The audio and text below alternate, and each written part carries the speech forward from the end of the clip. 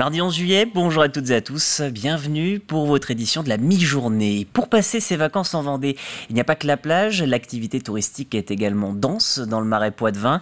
Chaque année, près d'1,5 million personnes se rendent dans cet espace protégé. Parmi les sites qui attirent l'embarcadère du pays de Maizet, Cyril Guillet s'est mêlé aux touristes. J'avais noté 33 adultes, un accompagnateur, un chauffeur. Ouais, c'est ça. Dans le Marais Poitevin, la saison est bel et bien lancée. Les juilletistes ont répondu présent et chaque jour, ils sont un peu plus nombreux à emprunter les fossés. Effectivement, ça s'accélère. Pour l'instant, c'est tout le début de la saison, donc on est habitué aussi à ce que la première semaine de juillet soit un petit peu plus calme, parce que les gens ne sont pas encore tout à fait en vacances. Mais on s'attend dès le week-end prochain à accélérer encore un petit peu la cadence d'accueil.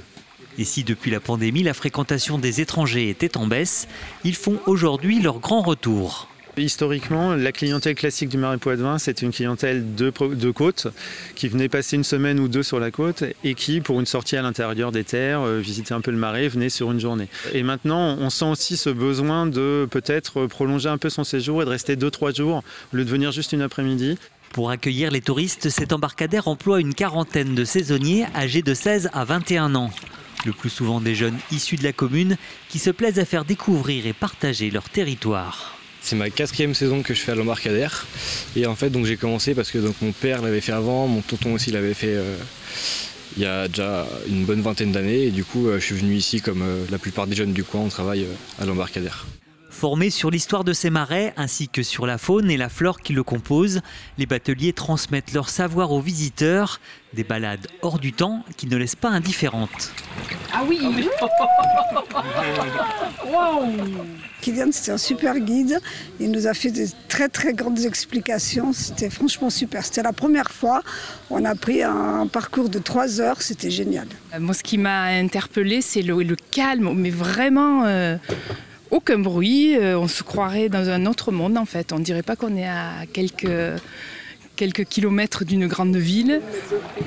À noter qu'au plus fort de la saison, sur une journée, cet embarcadère peut accueillir entre 700 et 800 visiteurs.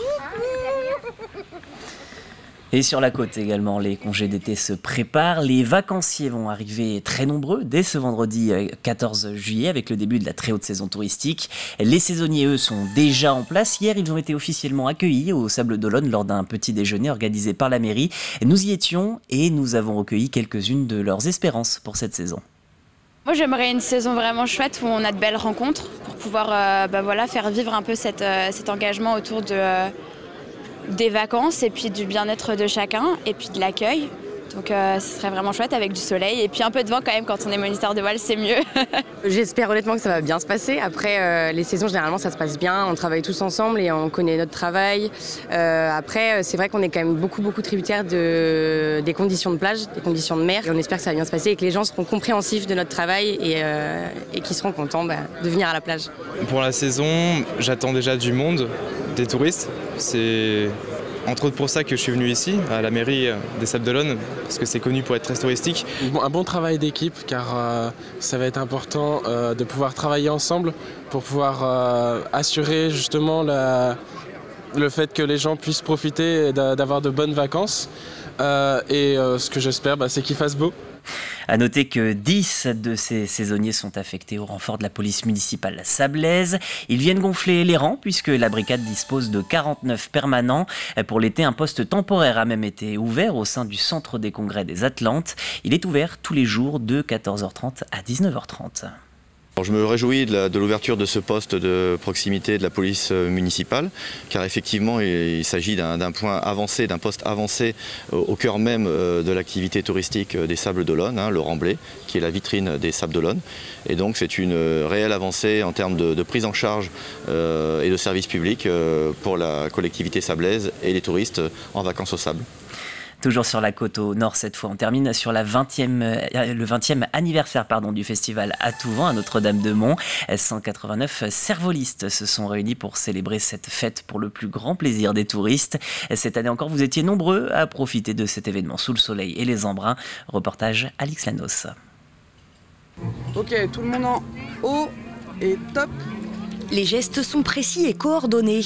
Sur le sable de la grande plage de Notre-Dame-de-Mont, les 4 amis de l'association Cosmodulaire répètent la chorégraphie écrite pendant l'hiver.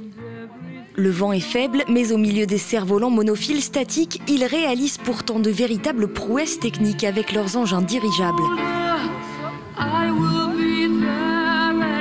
La subtilité justement de ces cerfs-volants, c'est qu'ils ont 4 lignes, avec 2 lignes qui sont accrochées en haut et 2 lignes en bas, ce qui permet derrière de complètement contrôler la vitesse, de les stopper, également de faire des marches arrière, comme ce que vous pouvez pouvoir évoluer et profiter en ce moment. Des démonstrations en musique qui ont, comme chaque année, ravi le public. C'est super, c'est joli, surtout le soir avec les bougies, enfin, la lumière, c'est magnifique. C'est tous les ans aussi beau. C'est beaucoup de travail, c'est énorme, je ne comprends pas moi, comment ils peuvent réussir à faire des trucs pareils. C'est vraiment des champions, les gars. C'est super poétique, hein. Je découvre un univers de technique. Enfin, j'avais aucune idée que ça existait. C'est vraiment formidable. Un enthousiasme partagé par les 189 cervolistes présents pour cette édition exceptionnelle d'un festival devenu emblématique pour la discipline.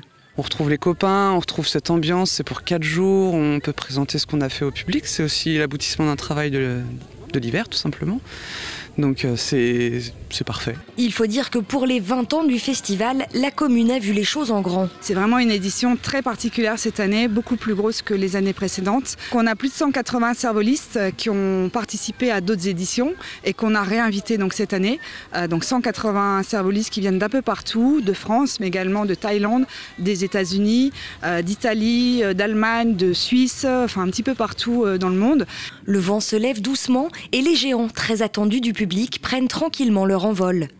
Des centaines de cerfs-volants ont envahi le ciel pour le plus grand plaisir des visiteurs. Chaque année, environ 60 000 personnes viennent admirer ces ballets aériens. Votre météo pour finir cette édition, la Vendée restera sous le soleil, mais les nuages vont se densifier, notamment à l'est du département et au sud-est du département. Pour les températures, le mercure indiquera jusqu'à 28 degrés et des locales frôlant avec les 30 degrés. Ce sera le cas notamment du côté de la Châtaigneraie. C'est la fin de cette édition. Je vous souhaite un très bel après-midi sur TV Vendée. On se retrouve ce soir à 18h pour un prochain point en direct sur l'actualité.